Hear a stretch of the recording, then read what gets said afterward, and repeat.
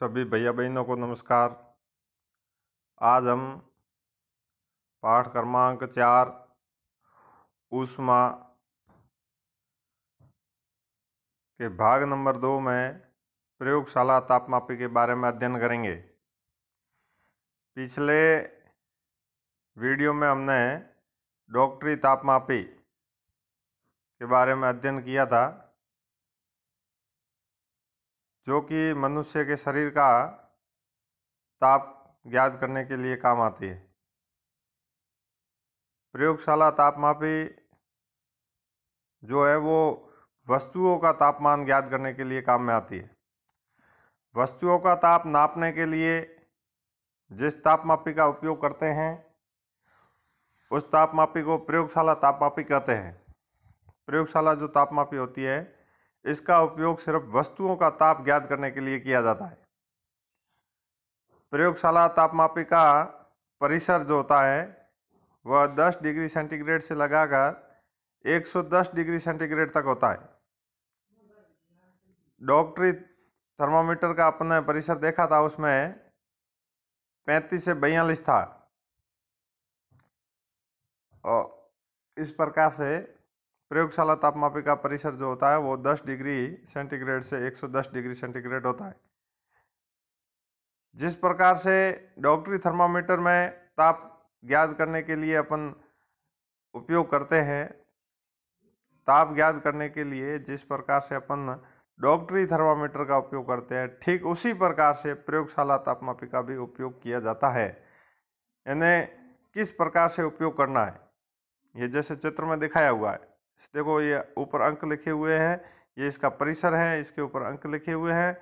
और ये इधर ये जो बल्ब है, इस बल्ब के अंदर पारा भरा रहता है और ये पारा ही ऊष्मा पाकर और ऊपर चढ़ता है, और जहाँ पारा रोकता है वह उस वस्तु का तापमान होता है।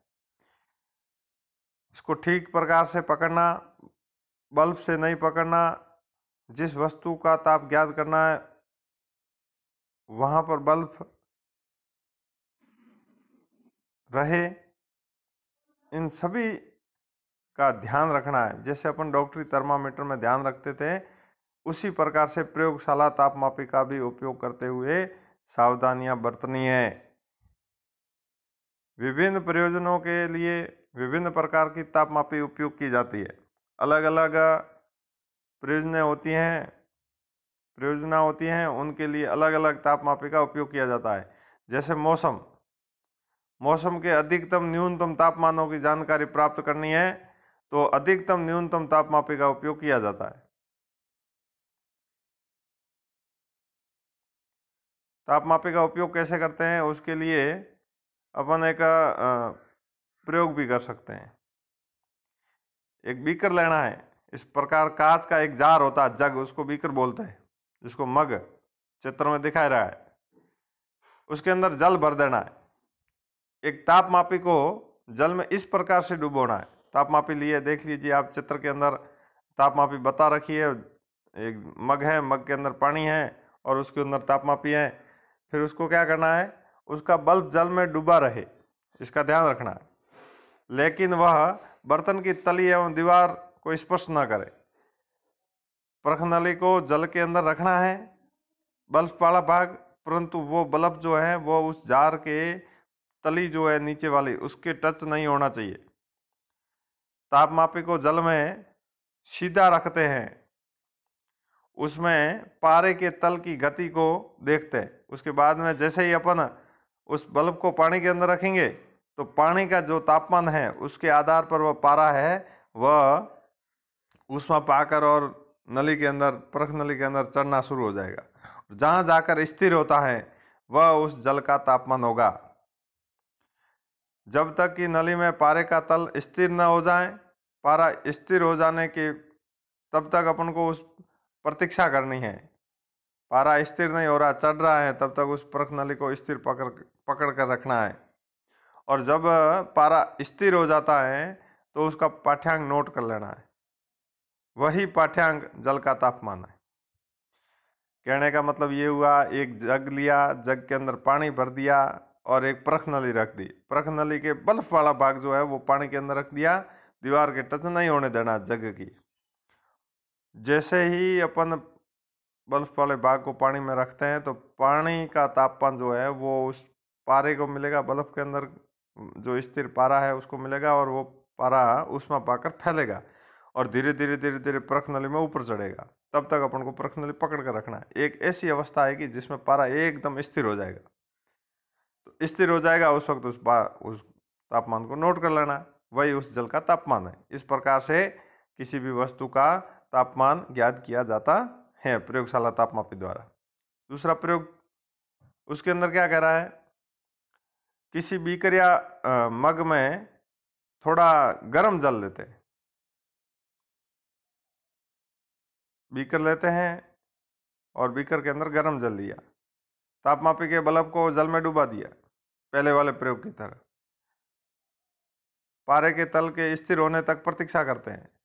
जब पारे का तल स्थिर हो जाता है तो ताप जो है वो नोट कर लेते हैं। अब तापमापी को जल से बाहर निकाल देते हैं। जैसे ही तापमापी को जल से बाहर निकालते हैं, पारे का तल नीचे गिरता है। इसका अर्थ हुआ प्रयोगशाला तापमापी द्वारा ताप का पाठ्यांक तभी नोट करना चाहिए जब उसका बल्ब जल या अन्य वस्तु के अंदर डूबा हुआ हो। प्रयोगशाला तापमापी का जब उपयोग करते हैं तो उस वक्त अपन को ताप ज्ञात करना चाहिए जब बल्ब जो है उस वस्तु से संपर्क में हो। डॉक्टरी थर्मामीटर में एक विभाग होता है, ये पारे के तल को अपने आप नीचे गिरने से रोकता है। तापमापी में पारे के प्रयोग के विषय में अनेक चिंता हैं। पारा एक विषांत यानी जहरीला पदार्थ है। यदि तापमापी टूट जाती है तो इसका निपटाना अत्यंत कठिन होता है। आजकल अंकीय तापमापी यानी डिजिटल थर्मामीटर उपयोग होने लगे जिसमें पारे का उपयोग नहीं होता है। ये जो पारा होता है परख नली के अंदर भरा हुआ, ये एक जहरीला पदार्थ है और ये यदि परख नली टूट जाती है तो पारा बिखर जाता है और उससे नुकसान भी हो सकते हैं। इसलिए आजकल इलेक्ट्रिक थर्मामीटर आ गए, डिजिटल,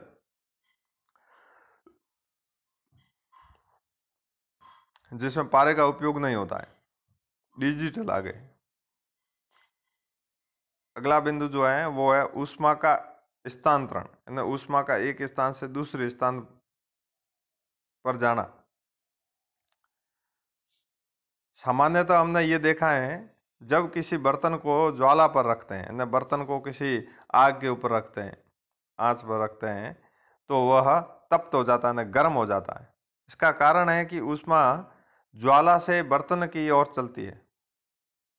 ऊष्मा जो होती है ज्वाला से उत्पन्न होती है और वह बर्तन की ओर चलती है।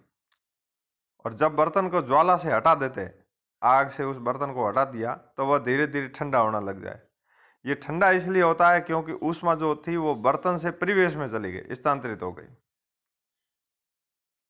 पहली स्थिति के अंदर क्या हो रहा है, ज्वाला से बर्तन में आ रही है, फिर बर्तन को जब ज्वाला से हटा रहे हैं तो बर्तन से ऊष्मा जो है वो परिवेश में जा रही है, वायुमंडल के अंदर जा रही है, वातावरण में जा रही है। दोनों स्थितियों में ऊष्मा गर्म वस्तु से ठंडी वस्तु की ओर प्रवाहित हुई। दोनों स्थितियों के अंदर ऊष्मा जो होती है वो गर्म से ठंडी वस्तु की ओर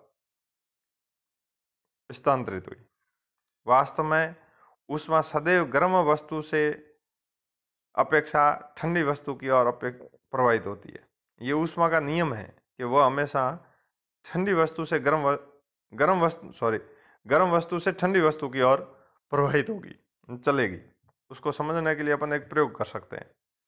क्या करना है, एक लोहे की छड़ लेनी है, लोहे या एल्यूमिनियम की, चित्र में बताए रखिए इसे। उसको एक स्टैंड पे लगा देना सीधा। स्टैंड नहीं होता तो इस प्रकार से ईंटें रख के उसको स्थिर बना दिया। फिर ये जो छोटे छोटे टुकड़े दिख रहे हैं, ये मोम के टुकड़े, वो इसके चिपका दिए। सीधी जो छड़ ली लोहे की, उसके टुकड़े चिपका दिए और एक मोमबत्ती रख दी। एक सिरे को गर्म किया मोमबत्ती के द्वारा, तो जैसे ही ये सिरा गर्म होगा और उसमें आगे चलेगी तो मोम के टुकड़े धीरे धीरे गिरना शुरू हो जाएंगे। तो सबसे पहले टुकड़ा कौन सा गिरेगा, जो मोमबत्ती के पास में। कहने का मतलब क्या हुआ, ऊष्मा का स्थानांतरण कहाँ से कहाँ हो रहा है। ऊष्मा दी जाती है वहां से ठंडे स्थान की ओर, यानी गर्म से ठंडे स्थान की ओर ऊष्मा का प्रवाह होता है। ये प्रयोग द्वारा अपन समझ सकते हैं। एल्यूमिनियम या लोहे जैसी किसी धातु की एक छड़ लेनी है, क्योंकि धातु विद्युत का सुचालक होता है, इसलिए धातु की छड़ लेनी है। लोहे पर मोम के छोटे छोटे टुकड़े चिपका देना है। ये टुकड़े लगभग समान दूरी पर रखने। छड़ के एक सिरे को एक प्रयोगशाला स्टैंड पर कसकर बांध देना है। यदि स्टैंड नहीं हो तो हम इसका उपयोग ईंटें लगाकर भी कर सकते हैं। अब छड़ के दूसरे सिरे को गर्म करते हैं। किसी धातु की पट्टी में ऊष्मा के स्थानांतरण के कारण सबसे पहले मोमबत्ती के पास वाली मोम का टुकड़ा ऊष्मा पाकर नीचे गिर जाएगा। ऊष्मा ज्वाला के सबसे निकट के सिरे से दूसरे सिरे की ओर स्थानांतरित होती है। वह प्रक्रम जिसमें ऊष्मा किसी वस्तु के गर्म सिरे से ठंडे सिरे की ओर स्थानांतरित होती है। ये बिंदु है कि वह प्रक्रम यानी वह क्रिया जिसमें ऊष्मा किसी वस्तु के गर्म सिरे से ठंडे सिरे की ओर स्थानांतरित होती है, चालन कहलाता है। चालन किसे कहते हैं? तो वह क्रिया जिसमें ऊष्मा किसी वस्तु के गर्म सिरे से ठंडे सिरे की ओर स्थानांतरित होती है, चालन कहलाता है। ठोसों में ऊष्मा प्राय चालन के प्रक्रम द्वारा स्थानांतरित होती है। 4 अभ्यास प्रश्न है, अपनी अभ्यास पुस्तिका में करने।